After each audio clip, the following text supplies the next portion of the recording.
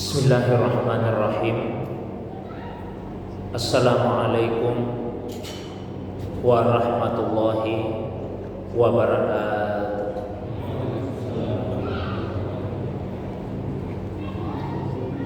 Alhamdulillahilladzi anzala sakinata fi qulubil mu'minin. Wassalatu wassalamu ala sayyidil awwalin wal akhirin, sayyidil anbiya'i wal mursalin, sayyidina wa habibina wa syafi'ina wa maulana Muhammadin wa ala alihi wa ashabihi wa ala man ittaba'an nur alladzi unsila ma'ahu ila yaumiddin, amma ba'du. Jamaah sekalian yang semoga dirahmati, dimuliakan oleh Allah Subhanahu wa taala. Alhamdulillah, segala puji tentunya hanyalah miliknya Allah Subhanahu wa taala semata-mata. Salawat dan salam semoga tercurah kepada kekasih kita Rasulullah Muhammad sallallahu alaihi wasallam. Begitu pula kepada keluarga, para sahabat dan pengikutnya yang senantiasa istiqamah menghidupkan sunnah Nabi sallallahu alaihi wasallam. Jamaah yang dirahmati, dimuliakan oleh Allah Subhanahu wa taala.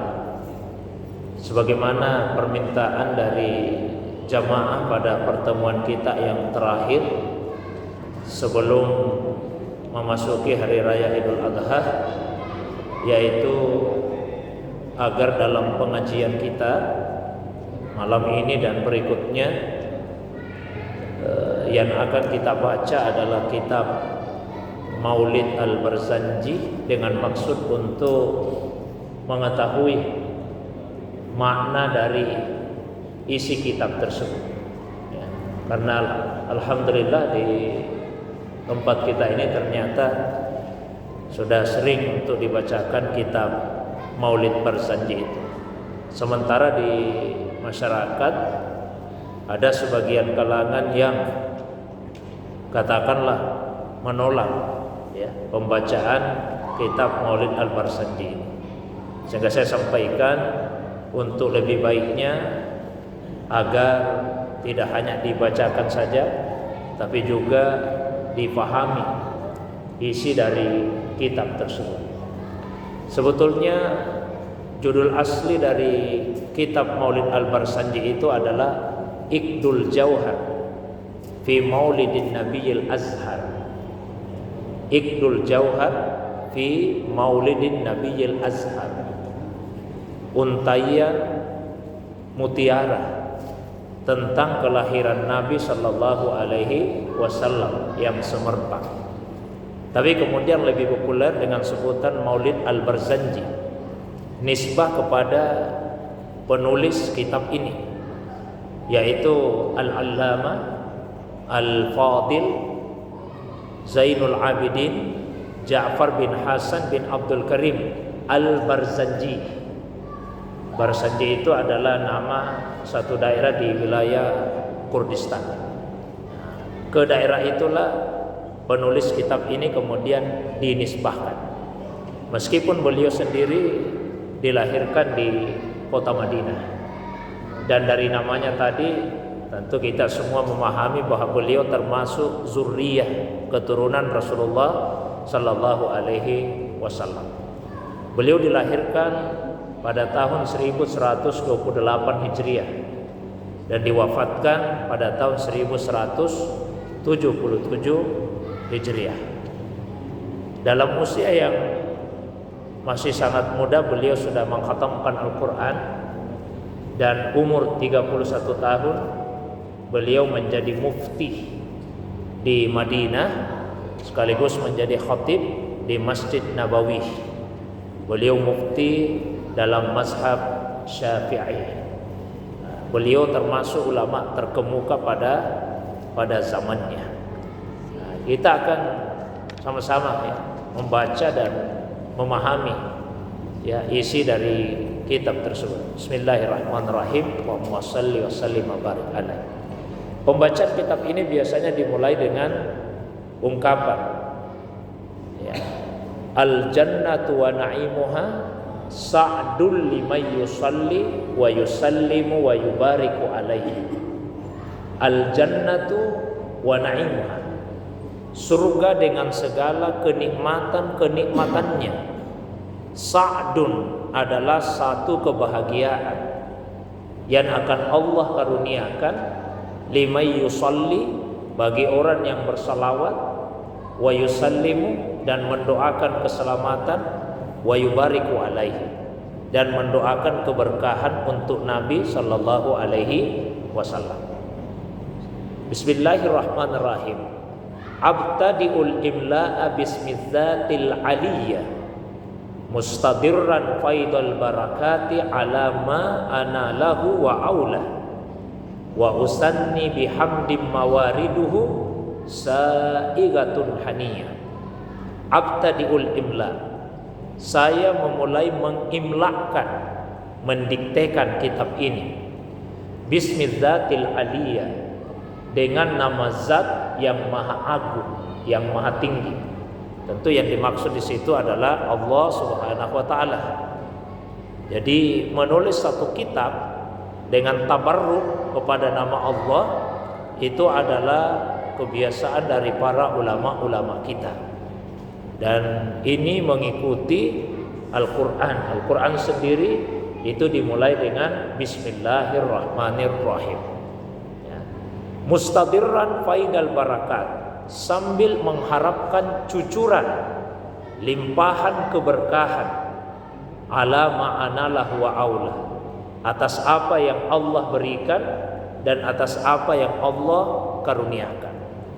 Wa usanni bihamdin, dan saya menyanjung Allah, bihamdin, dengan cara memujinya, mawariduhu, dan sumber pujian itu sa'igatun haniyah, menyenangkan dan juga menggembirakan.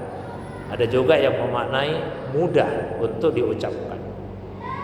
Mumtati'am minasyukril jamili mataya, sambil mengendarai kendaraan syukur yang indah atas semua pemberian-pemberian Allah Subhanahu wa taala. Ya. Hamdu, pujian dan syukur itu ada perbedaannya. Di satu sisi pujian lebih umum daripada syukur, tapi di sisi lain syukur lebih umum daripada pujian. Ya. Kalau syukur terdiri dari satu, iktiraf dengan hati, pengakuan dengan hati, semua nikmat datangnya dari Allah. Kemudian yang kedua, sana bil lisan, pujian melalui lisan. Dan yang ketiga yaitu ketaatan dengan anggota tubuh, itu syukur. Tapi kalau pujian itu selalu dengan lisan, maka dari sisi ini syukur lebih umum daripada pujian. Tapi di sisi yang lain, ungkapan syukur itu ditujukan kepada pihak yang kebaikannya sudah dirasakan, itu syukur. Sama dalam bahasa Indonesia terima kasih. Ya, kita tentu berterima kasih kepada pihak, katakanlah kepada seseorang yang kebaikannya sudah kita rasakan. Tapi kalau hamdu, pujian, tidak harus ditujukan kepada yang sudah dirasakan kebaikannya. Bahkan kepada yang belum dirasakan kebaikannya pun kita bisa memuji. Contoh, misalnya saya ceritakan bahwa di kampung saya, tempat kelahiran saya, ada orang yang sangat dermawan dan suka membantu orang yang hidup dalam kekurangan.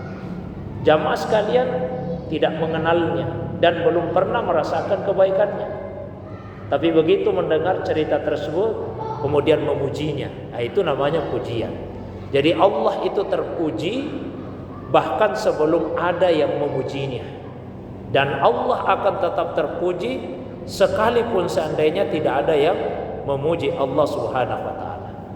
Setelah pujian tadi, maka bagian yang berikutnya wa usalli wa usallimu ala nuril mausufi bittaqaddumi wal awwaliyah. Saya bersalawat dan mengucapkan salam kepada nur yang disifati dengan at-taqaddum dan awwaliyah, yang terdahulu dan yang awal. Nah, ini salah satu bagian dari kitab ini yang kemudian menjadi kontroversi bagi sebagian orang. Karena di dalam kitab ini Nabi Shallallahu Alaihi Wasallam disebut dengan nur. Wa usalli wa usallimu ala nur. Saya bersalawat dan mengucapkan salam kepada nur. Yang dimaksud di sini adalah Rasulullah Shallallahu Alaihi Wasallam. Sebetulnya kalau kita baca Al-Quran, Nabi itu oleh Allah sendiri pun juga dinamai dengan nur. Jadi Allah sendiri menamai Rasulullah SAW dengan nama Nur. Di surah Al-Maidah ayat 15 Allah SWT berfirman, qad ja'akum minallahi nurun wa kitabum mubin. Itu bagian akhir ayat 15 surah Al-Maidah. Allah berfirman, qad ja'akum minallah, sungguh telah datang kepada kalian dari Allah nur, cahaya, wa kitabum mubin, dan kitab yang jelas. Para ulama tafsir menjelaskan nur yang dimaksud di ayat itu adalah Rasulullah sallallahu alaihi wasallam. Sementara kitabum mubin, kitab yang jelas yang dimaksud dalam ayat tersebut yaitu Al-Qur'an. Maka Allah sendiri menamai Rasulullah dengan nama Nur. Tapi memang ada perbedaan ulama kita dalam menjelaskan apa maksudnya Rasulullah SAW itu adalah nur. Kalau ulama-ulama zahir menyatakan Nabi itu disifati dengan nur karena beliau berfungsi untuk mengeluarkan manusia yang berada dalam kegelapan, kemudian dibawa kepada cahaya yang terang benderang. Maka beliau adalah nur, ibarat cahaya. Tapi beda dengan ulama-ulama sufi misalnya, yang menyatakan bahwa Rasulullah SAW bukan saja fungsinya sebagai nur, tapi beliau benar-benar adalah nur. Beliau benar-benar adalah cahaya. Bahkan ada sebuah ungkapan yang disandarkan kepada Nabi SAW. Awwalu ma khalaqallahu nuru nabiyyika ya Jabir. Yang pertama diciptakan oleh Allah itu adalah nur nabimu wahai Jabir. Jabir ini sahabatnya Nabi sallallahu alaihi wasallam. Jadi kalau menurut sebagian ulama sufi jamaah sekalian, yang pertama diciptakan Allah itu nur. Dari nur itu kemudian tercipta ruhnya Rasulullah SAW. Kemudian dari ruh itulah kemudian tercipta alam semesta ini, sehingga beliau dinamai sebagai rahmatan lil alamin. Wa ma arsalnaka illa rahmatan lil alamin. Nah, di kitab ini disebut, Pak, beliau adalah nur yang disifati taqaddum wal awwaliyah, yang terdahulu dan yang permulaan. Ada sebuah hadis yang juga diperselisihkan kesahihannya, yang menceritakan kisahnya Nabi Adam alaihissalam. Beliau pada saat melakukan kesalahan kemudian memohon pengampunan kepada Allah, dan dalam riwayat itu disebutkan beliau berkata, Allahumma inni as'aluka bihaqqi Muhammadin. Ya Allah, saya memohon kepadamu dengan haknya Muhammad sallallahu alaihi wasallam. Lalu Allah bertanya, dari mana engkau mengetahui tentang Muhammad, wahai Adam? Padahal saya belum menciptakannya di alam zahir, di alam dunia ini. Nah, maka kemudian Nabi Adam menjawab, ya Allah, ketika engkau menciptakan saya dongakkan kepala saya, lalu saya melihat di tiang-tiangnya aras tertulis la ilaha illallah Muhammadur Rasulullah. Maka saya yakin pasti yang bernama Muhammad ini adalah makhluk yang paling engkau cintai, karena engkau telah menggandengkan namamu dengan namanya. Allah SWT kemudian menjawab, benar, Ya, Muhammad sallallahu alaihi wasallam adalah ahabbu khalqi ilayya, makhluk yang paling saya cintai. Jamaah yang dimuliakan Allah. Kemudian lanjut. Al-muntaqili fil ghuraril karimi wal jibah. Nur itu kemudian berpindah-pindah pada ghurar, wajah-wajah orang-orang yang mulia, wal jibah, dan dahi-dahi mereka. Ya. Dari Nabi Adam alaihissalam, ya, sampai kepada Rasulullah sallallahu alaihi wasallam. Nanti kita akan melihat nasabnya Nabi yang pertama dibahas setelah pengantar ini. Wa astamnihullah ta'ala ridwana yahussul itratat tahiratan nabawiyah. Astamnihullah, saya memohon kepada Allah Ta'ala ridwana. Ridwan itu dari kata ridho. Ridho artinya kerelaannya Allah. Kalau dikatakan ridwan berarti keridhaan yang sempurna. Saya memohon kepada Allah keridhaan yang sempurna untuk siapa?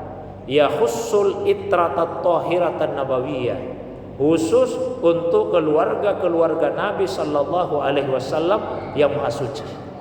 Wa ya ummus sahabata wal atba' wa mawala, dan setelah itu secara umum kepada semua sahabat, kemudian atba' kepada tabi'in, generasi sesudah sahabat, wa mawala, dan generasi yang mengikuti setelahnya, tabi'in, begitu juga setelahnya.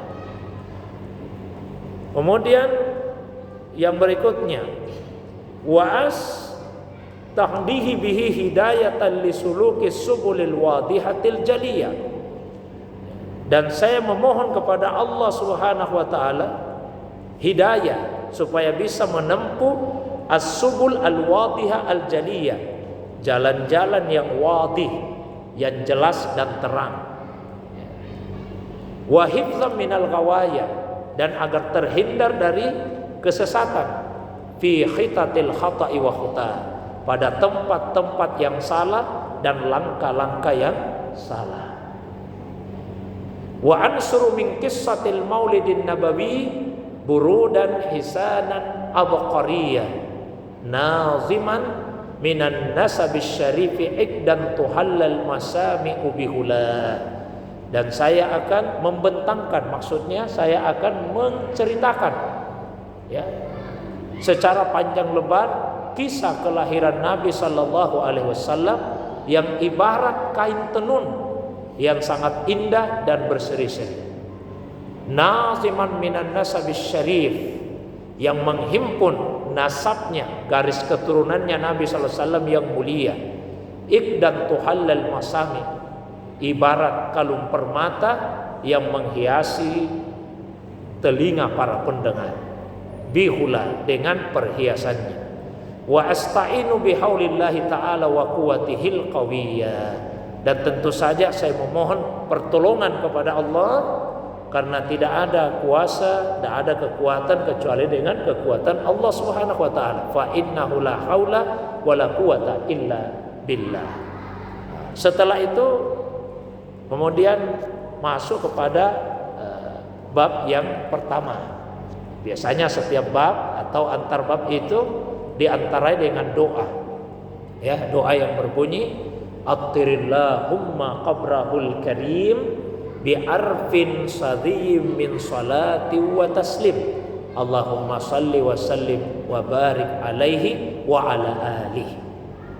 Ya Allah, harumkanlah kubur Nabi yang mulia dengan keharuman semerbak yang berupa salawat dan salam.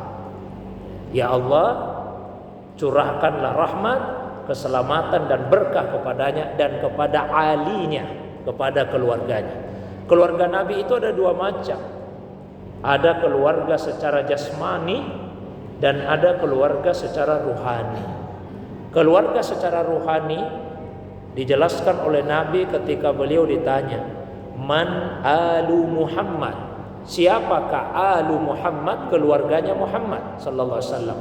Maka beliau menjawab, keluarga Muhammad itu adalah kullu taqiyyin, semua yang bertakwa. Itu keluarga secara ruhani. Kalau secara jasmani, yang punya hubungan nasab dengan Nabi sallallahu alaihi wasallam. Ya, semua didoakan, tentu lebih sempurna lagi kalau menggabungkan dua-duanya. Masuk ke bab yang pertama, ini tentang nasabnya Nabi sallallahu alaihi wasallam. Wa ba'du, setelah itu, fa aqulu huwa sayyiduna Muhammadun sallallahu alaihi wasallam ibnu Abdullah bin Abdul Muttalib wasmuhu Syaibatul Hamdi humidat hisaluhu saniyah. Saya berkata, beliau adalah junjungan kita, sayyid kita. Ya, ini juga kadang-kadang oleh sebagian orang dipersoalkan. Nah, kenapa beliau disebut sayyid? Tapi sebetulnya kalau kita baca hadis nggak ada masalah, karena beliau sendiri yang menyatakan dirinya sebagai sayyid. Dalam sebuah hadis riwayat Bukhari, Nabi bersabda, "Ana sayyidu waladi Adam yaumal qiyamah wala fakhra." Saya adalah sayyidnya anak manusia di hari kemudian, wala fakhrah, dan tidak ada kebanggaan. Ada ulama yang memahami maksudnya tidak ada kebanggaan. Saya menyampaikan itu bukan dengan maksud membanggakan diri. Ada juga ulama yang memahami maksudnya adalah tidak ada lagi kebanggaan di atas itu, sebagai sayyidnya anak manusia. Nah, beliau adalah sayyid kita Muhammad sallallahu alaihi wasallam, putra dari Abdullah. Abdullah sendiri adalah putra dari Abdul Muttalib, yang nama aslinya adalah Syaibatul Hamdi. Itu nama asli dari Abdul Muttalib, Syaibatul Hamdi. Beliau terpuji karena akhlaknya yang mulia. Ibnu Hashim wasmuhu Amr bin Abdi Manafin wasmuhul Mughirah alladhi yuntamal irtiqa'u li uliya. Ya. Kemudian Abdul Muttalib sendiri adalah putra dari Hashim, namanya adalah Amr. Beliau putra dari Abdu Manaf. Abdu Manaf sendiri nama aslinya adalah Mughirah alladhi yuntamal irtiqa'u li uliya, yang disegani oleh masyarakat karena kedudukannya yang tinggi. Ibnu Qusayyin, beliau adalah putra Qusay. Wasmuhu Mujammi, nama aslinya adalah Mujammi. Nah, terus kenapa disebut dengan Qusay? Qusay itu artinya jauh. Summiya bi Qusayyin li taqasihi fi biladi Qudaatal Qasiyah, karena beliau pernah merantau ke negeri yang jauh, negeri yang terpencil. Ila an a'adahu Allah taala ilal haramil muhtarami fahamahima, sampai kemudian Allah mengembalikannya ke tanah haram yang mulia, lalu ia kemudian menjaga dengan sepenuh penjagaan. Ibnu Kilabi wasmuhu Hakim bin Murrah ibni Ka'b bin Lu'ay bin Ghalib bin Fihr wasmuhu Quraisy. Beliau adalah putra dari Kilab yang namanya adalah Hakim, putra dari Murrah, putra dari Ka'ab, putra dari Lu'ay, putra dari Ghalib, putra dari Fihr. Fihr inilah yang digelari Quraisy.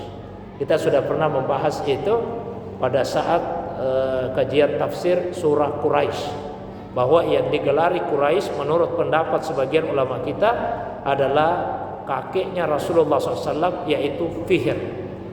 Wa ilaihi tunsabul butunul Quraisyiyah, dan kepada beliaulah disandarkan, ya, disandarkan suku Quraisy tersebut. Wa ma fauqahu kinaniyun, dan di atasnya adalah bangsa Kinani, kama janaihi ilaihil qasir wartada, sebagaimana pendapat banyak ulama, dan itu yang diridhai oleh para ulama kita. Maksudnya, ya, Fihr tadi ibni Malik, putra dari Malik, ibni Nadar, putra dari Nadar, ibni Kinana, putra dari Kinana, ibni Khuzaimah, putra dari Khuzaimah, ibni Mudrika, putra dari Mudrika, ibni Ilyas, putra dari Ilyas. Wa huwa awwalu man ahdal butna ila rihabil haramiyah. Beliau adalah orang pertama yang menghadiahkan budna, unta-unta, kepada mereka yang mengunjungi tanah haram. Beliau bagi-bagikan unta kepada yang mengunjungi tanah haram itu. Wa sumi'a fi sulbihin Nabi sallallahu alaihi wasallam zakarallaha ta'ala wa labba, dan terdengar di dalam tulang sulbinya Nabi sallallahu alaihi wasallam yang berzikir, menyebut nama Allah Subhanahu wa taala dan mengucapkan talbiyah. Kemudian Ilyas tadi adalah ibni Mudar, putra dari Mudar, ibni Nizar, putra dari Nizar, ibni Ma'ad, putra dari Ma'ad, ibni Adnan, putra dari Adnan. Wa hadza silkun nazamat faraidahu bananus sunnatis saniyah. Inilah nasab Rasulullah SAW yang bagaikan mutiara yang tersusun indah, ya, dari pada hadis yang mulia. Jadi yang disepakati Pak, semua ahli nasab itu, ya, disepakati semua ahli nasab, garis keturunannya Rasul sampai kepada Adnan, itu disepakati semua ulama sampai kepada Adnan. Ada sebagian ulama yang melanjutkan sampai kepada Nabi Ibrahim. Tapi dalam kitab ini disebut warab'uhu ilal khalili Ibrahim amsaka anhu syari wa abah. Adapun menyandarkannya kepada Khalilullah, gelarnya Nabi Ibrahim, kekasihnya Allah, maka Rasulullah sallallahu alaihi wasallam mendiamkan itu dan beliau enggan. Beliau merasa enggan untuk menyandarkan sampai kepada Nabi Ibrahim alaihissalam. Wa adnanu bila raibin inda zawil ulumin nasabiyah. Adapun sampai kepada Adnan, maka itu tidak diragukan lagi, disepakati semua ahli nasab. Jadi seperti ini jamaah sekalian. Ada 3 pandangan ulama kita. Ada yang hanya sampai ke Adnan, itu yang disepakati. Ada yang melanjutkan sampai ke Nabi Ibrahim, tapi ini sudah tidak disepakati ulama. Bahkan ada yang lebih jauh lagi, sampai kepada Nabi Adam alaihis salam. Tapi sekali lagi yang disepakati semua ulama hanya sampai kepada Adnan saja. Ilazza bihi Ismail nisbatuhu wa muntamahu wa muntaha. Ya. Kemudian Adnan tadi sesungguhnya nasabnya itu sampai juga kepada Az-Zabih. Az-Zabih artinya yang disembelih. Yang dimaksud di situ Ismail. Kepadanya lah penyandarannya dan ujungnya. Fa'azim bihi min ikdin ta'allaqat kawakibud durriyah. Maka muliakanlah keturunan Rasulullah SAW yang istimewa seumpama kalungan permata yang berkilauan dan bergemelapan. Ya. Ini juga menjadi salah satu dasar bahwa pendapat yang paling kuat, karena kalau kita baca kitab-kitab tafsir itu ada 2 pendapat ulama. Siapa sebetulnya yang hendak disembelih oleh Nabi Ibrahim? Sebagian besar ulama tafsir menyatakan Nabi Ismail, dan itu yang sering kita dengar. Tapi sebetulnya ada juga sebagian ahli tafsir yang berpendapat itu adalah Ishak, ya, Ishak. Nah, tapi menurut para ulama kita ini pengaruh Israiliyat, pengaruh dari Israiliyat. Ishak itu nenek moyangnya orang-orang Yahudi, Ismail nenek moyangnya orang-orang Arab. Sehingga orang-orang Yahudi Pak itu selalu mengatakan yang hendak disembelih itu adalah Ishak.